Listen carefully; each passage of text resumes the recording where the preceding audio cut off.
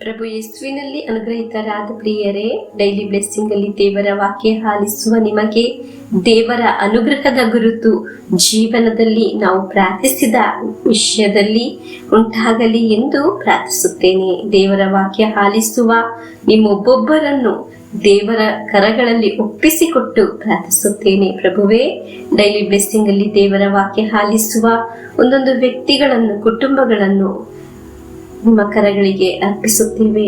ನಿಮ್ಮ ಕರಗಳಲ್ಲಿ ಅಲ್ಲವೇ ಅವರೆಲ್ಲರೂ ಇರುವುದು?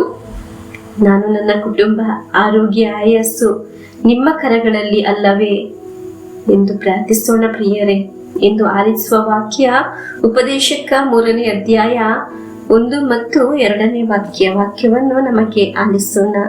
ಪ್ರತಿಯೊಂದು ಕಾರ್ಯಕ್ಕೂ ನಿಗದಿಯಾದ ಕಾಲವಿದೆ.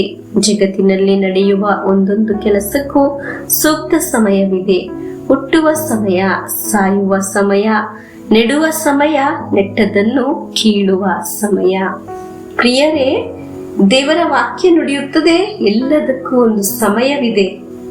ಪ್ರಿಯರೇ, ಇನ್ನು ನಾವು ವಾಕ್ಯ ಆಲಿಸುವಾಗ ಒಂದು ಮುಖ್ಯವಾದ ಕಾರ್ಯವನ್ನು ನಾವು ಪ್ರಾರ್ಥಿಸುತ್ತಿದ್ದೇವೆ.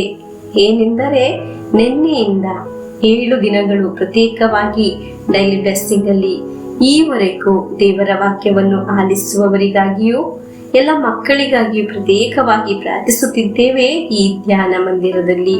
ಪ್ರಿಯರೇ, ನಾವು ಇಂದು ನಡುವುದು ಎಂದರೆ ಪ್ರಾರ್ಥಿಸುವುದು.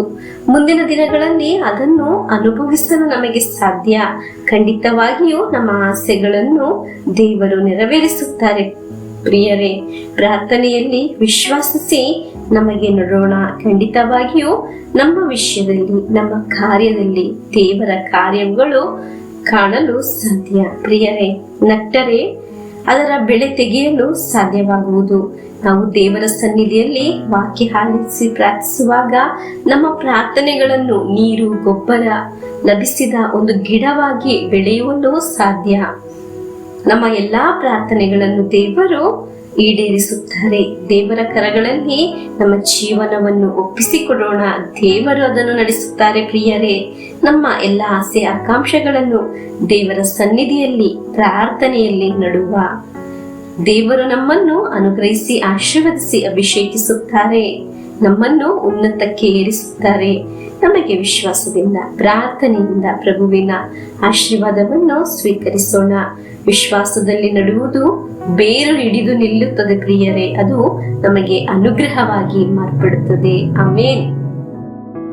ನಮ್ಮೇ ಪ್ರಭು ಯೇಸು ಕ್ರಿಸ್ತರ ವರಪ್ರಸಾದವು, ದೇವರ ಪ್ರೀತಿಯು, ಪವಿತ್ರಾತ್ಮರ ಅನ್ಯೋನ್ಯತೆಯು ನಿಮ್ಮೊಡನ ಇರಲಿ.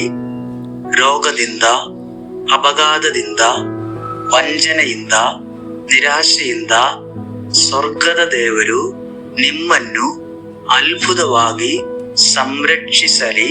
ದೀರ್ಘಾಯುಸ್ಸು, ಆರೋಗ್ಯ, ಸಮಾಧಾನ, ಸಂತೋಷ ಉಂಟಾಗಲಿ. ಪಿತನ, ಸುತನ, ಪವಿತ್ರಾತ್ಮರ ನಾಮದಲ್ಲಿ ಆಮೇನ್.